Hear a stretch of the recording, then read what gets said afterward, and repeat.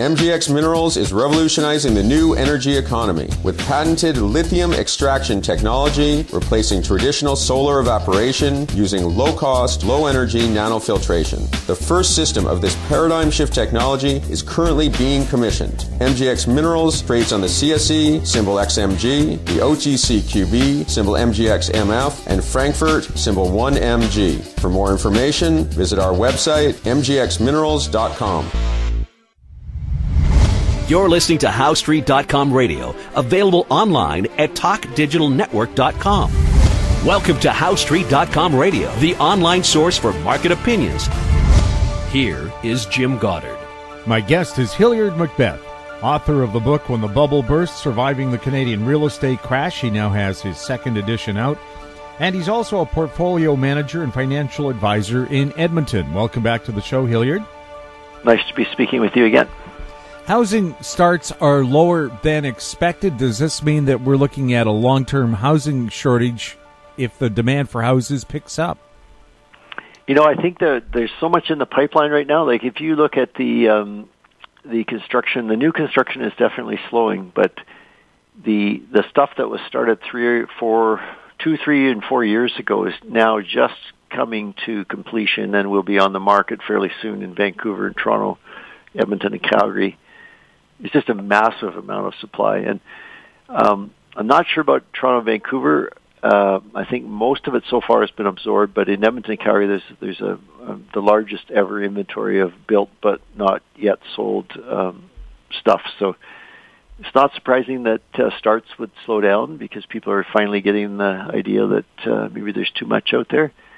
But, for instance, in Toronto, there's still 97 cranes active on high-rise towers. Almost all of them are residential. So that's a huge number of new units. And some of them are still 2-3 years away. Some of them are 1 year away. But I wouldn't worry about... So that housing starts, which is, probably... you're talking about 2021, 2022 inventory. By then, maybe, but there might be a shortage developing. But there's no shortage in the horizon for 2019 or 2020. There's lots of stuff that's in the pipeline. I know people keep asking, does Canada have the capacity to absorb the increasing number of migrants the Trudeau government wants to bring into the country? Well, I think we definitely have the land availability. Do we have the structures built? That's a good question. And of course, the other thing is, have we built the right kind of housing? For instance, it seems like an awful lot of the new construction has been luxury condominiums, and a lot of the refugees that probably can't afford that, and also probably that's not suitable if they have children and stuff like that. So we probably have built the wrong kind of stuff, and I think I know why. Like in the mature neighborhoods, people don't want to have high density infills. They're pretty touchy about that. And in the new neighborhoods, developers want to maximize their profits. So unless the government gets involved in directing low cost housing, there's probably going to be a shortage for those people. I don't know if there's as many people coming as people think there are. Like a lot of them that apply for refugee status don't necessarily get refugee status. Canada's been one of the heaviest immigration countries in the world at population growth between 1 and 1.5% a year for many years now. So it wouldn't be a change in that regard if the refugees or the immigrants keep coming. And, of course, generally people come for jobs, and if the jobs aren't there, then they probably won't be coming. There's a whole bunch of different kinds of immigrants coming in. There's, you call them financial immigrants, if you like, people that are just moving some money here but not actually moving here. And then there's people coming here looking for jobs, and then there's people fleeing from desperate situations. So there's all different categories. But, yeah, I'm sure there's enough space in Canada. One of the other things that we may have talked about, I don't remember, but is there's a possibility of climate change refugees, that's a little bit further down the road. But if the warming temperatures does keep hitting the big country to the south of us, there may be people that are moving north to find a cooler spot, and we certainly have cooler spots up here. No shortage of that. No shortage of cool spots. And of course, with rising water, they're going to have to build seawalls, all along southwestern BC to protect all the cities. Well, I was just thinking about this Florida hurricane. We were down 3 years ago. We spent a few months down in Florida off and on, like commuting, because of we had a horse down there for a while, and when I hear about a 6-foot surge hitting Florida, you just shudder, because the whole place is right at sea level. Like there's no basements or anything. A lot of the houses are raised above the ground because the ground is already saturated with water. I can't imagine what a 6-foot surge looks like in Florida. It's just got to be a horrible situation. Right, and then the rain that follows, and apparently Michael will not just hit Florida, but it's going to circle through the Carolinas again, and a lot of those places are still flooded. Yeah, in those places, everything in South Carolina that I saw was built on stilts. It's not. There's no place for the water to run, really. It's just they can't absorb any new water there. It's just horrible. So I don't know how that's going to how that's all going to shake out. Hopefully sometimes these things aren't as bad as they say they're going to be. So hopefully that's the case this time. We'll have more with Hilliard MacBeth right after the break. Hi, I'm Douglas Mason, President and CEO of Rainy Mountain Royalty Corp., RMO, on the TSX Venture Exchange. Rainy Mountain Royalty Corp. is a Canadian-based mineral exploration project generator. The company currently holds multiple property interests in Ontario with joint venture partners and is seeking further joint venture partners for other drill-ready properties in our portfolio. For more information, please visit our website at rmroyalty.com or call me at 604-922-2030. Vatic Ventures Corp. is a potash exploration company focused on the Korat Basin in Thailand, the world's largest undeveloped potash resource. Vatic's management has extensive potash exploration and development experience in Thailand. Vatic will have marketing advantage compared to Western producers. Drill program commences this spring. Vatic trades on the TSX Venture, symbol VCV, and on Frankfurt, symbol V8V2. Visit our website, vaticventures.com. Welcome back. We're speaking with Hilliard MacBeth. Hilliard, you said there's some really interesting employment numbers for Alberta construction workers. Good, bad? What's going on? So depending on your point of view, so what happened was the peak was hit several years ago when the last oil sands plant was at full. The last oil sands plant, by the way, just opened about a month ago. But the peak construction would have been 2 or 3 years ago on that plant. It's called the Fort Hills plant. And then all of the high-rise buildings in Edmonton and Calgary that have been built, and all the projects, schools, and new museums and stuff. So it got to about 275,000 at peak. And that was a record high percentage of the workforce of something like 13% or something like that. And you know what? I was shocked to learn just this morning that it's only come down ever so slightly. It's down about 20,000 to about, let's say, 255,000. So almost no reduction in the the record high construction workforce, even with the recession that we've had since 2014 when the oil price dropped, and there's no new oil sands plants under construction now. It's all pretty much done.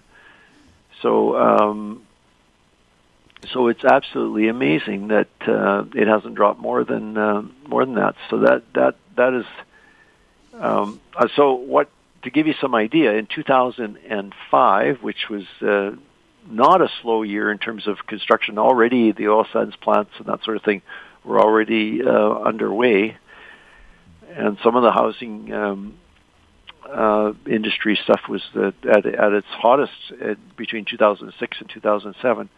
There were only 150,000 workers in Alberta construction employment. So we're at about 250 now, down from a peak of about 270. And I'm surprised it hasn't dropped more. Now, whether it's going to drop more sooner or whether it's maybe we've hit a new, we found a new thing for them to do, I don't know. But it's around 11% right now of total employment. It was a peak of 12% of total employment in Alberta. So we're talking, an awful lot of jobs. And there are no new high-rise office towers going to be built in Calgary. There's a 26% vacancy rate. Very unlikely to be any new office towers built in Edmonton. There's 16% vacancy rate.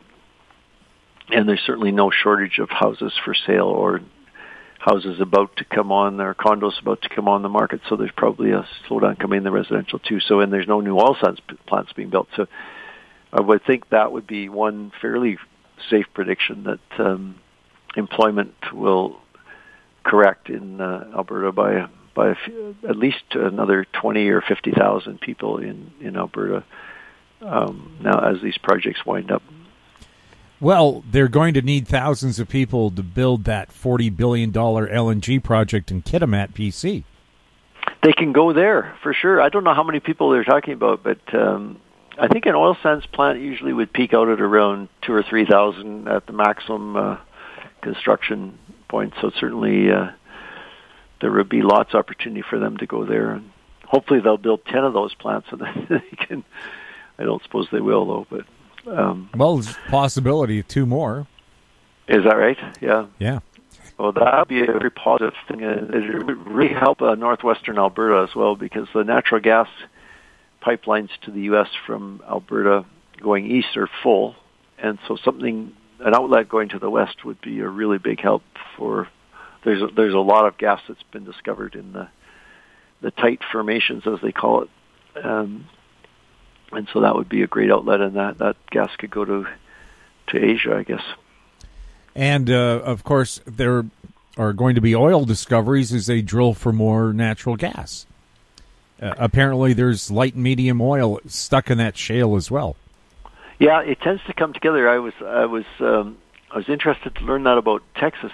They've got so much gas, and of course, sometimes it can be a negative because if there are regulations about gas, it usually means they can't flare it. So they actually have to get rid of it, and sometimes the cost of getting rid of it is more than what it's worth if there's a glut. So, in the good old days in Alberta, they used to just burn it, but I don't think that's allowed anymore.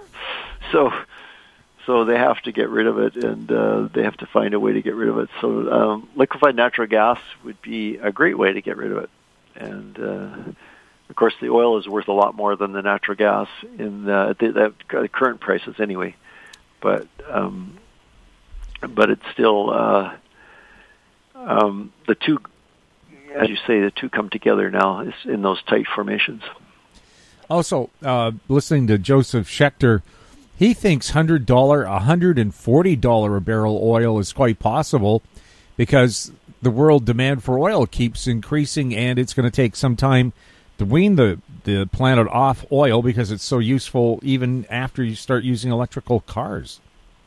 Yeah, that prediction I mentioned last time we talked. I was at a conference in September in Toronto with the BCA Research, and there was a prediction like that. They talked about $100 or even potentially $200 a barrel, but it wasn't so much demand and supply as it was just a disruption in supply. So there's a couple of key hotspots, Iran being the biggest one, that with the sanctions going on Iran, it's making it very difficult for people to buy oil from Iran, and that removes quite a bit of, as much as 2 to 3 million barrels of oil per day in exports from Iran that could be, people would be forbidden to buy under the new sanctions that the U.S. wants to impose.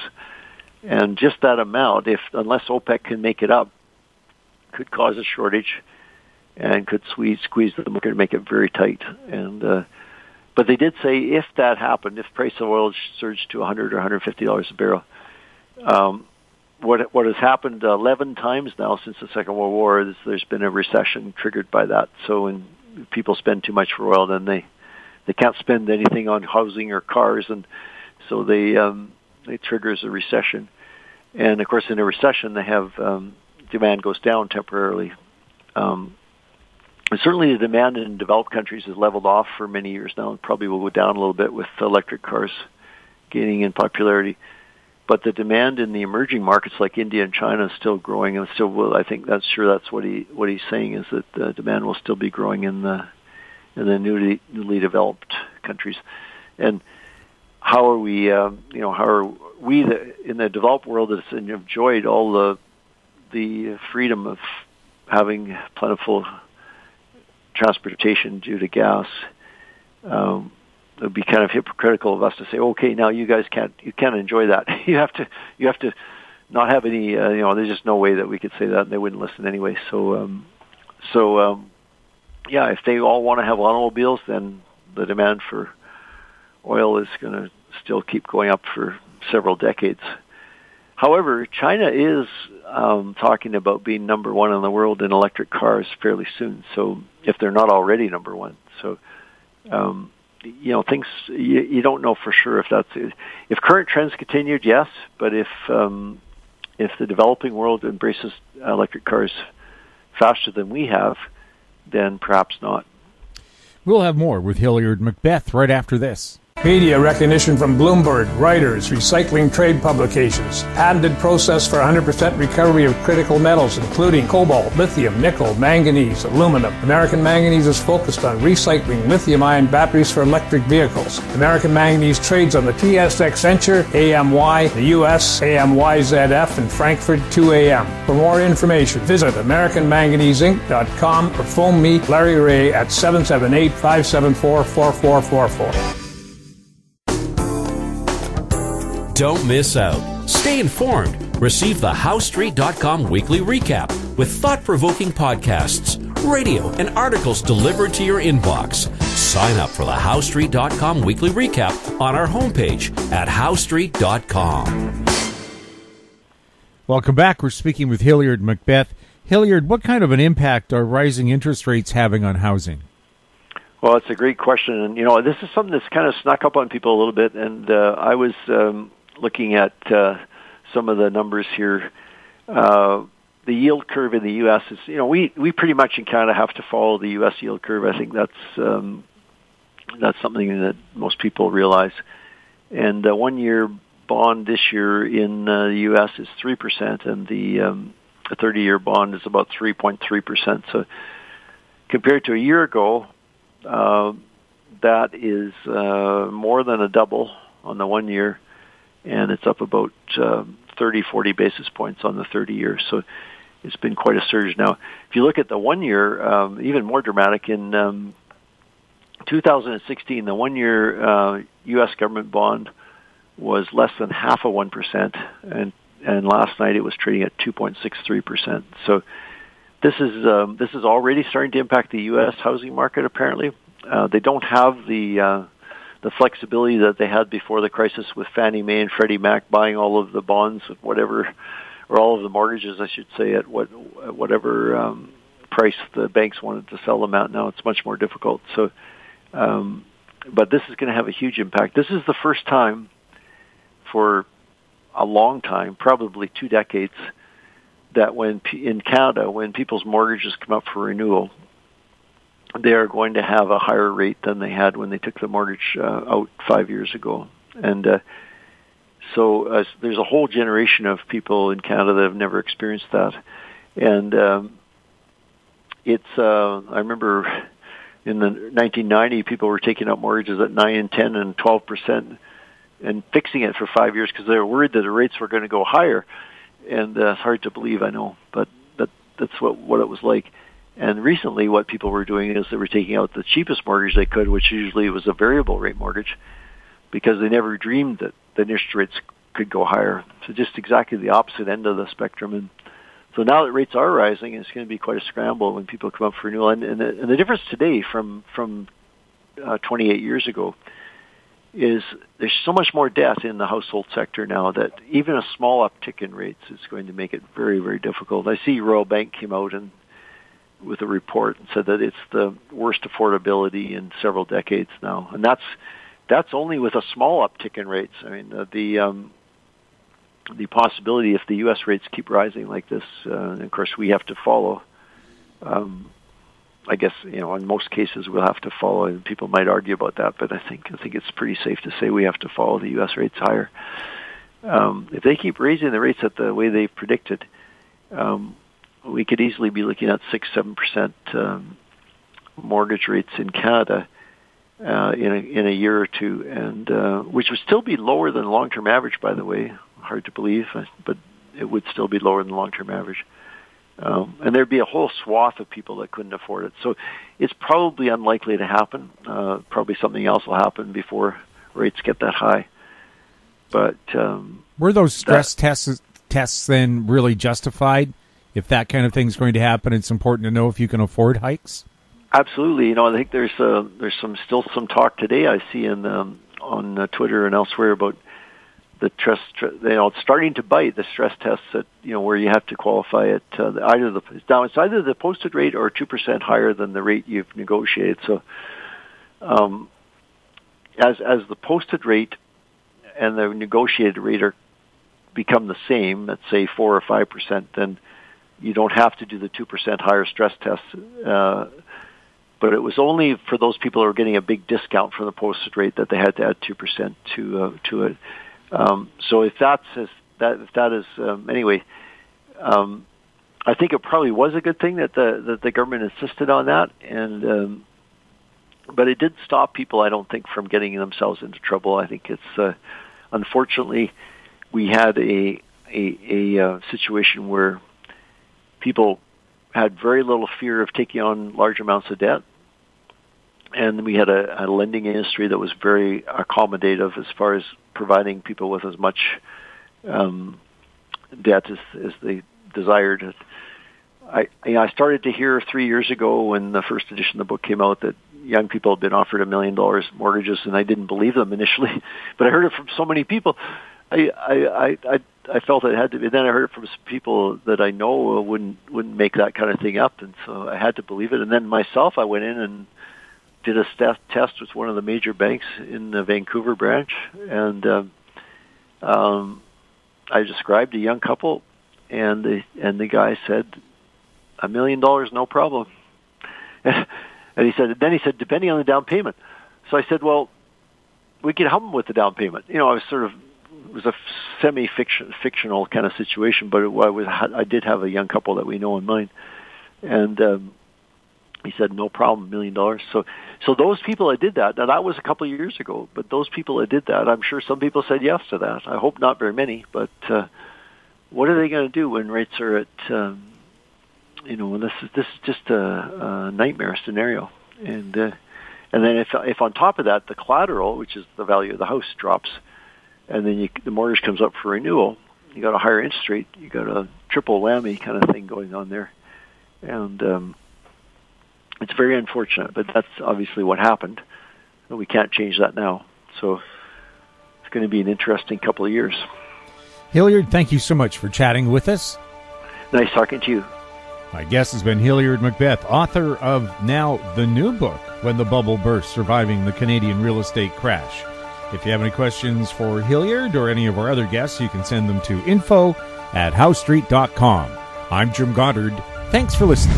Comments made on HowStreet.com radio are an expression of opinion only and should not be construed in any matter whatsoever as recommendations to buy or sell any financial instrument at any time. Available online at TalkDigitalNetwork.com. HowStreet.com radio is a production of HowStreet Media Incorporated.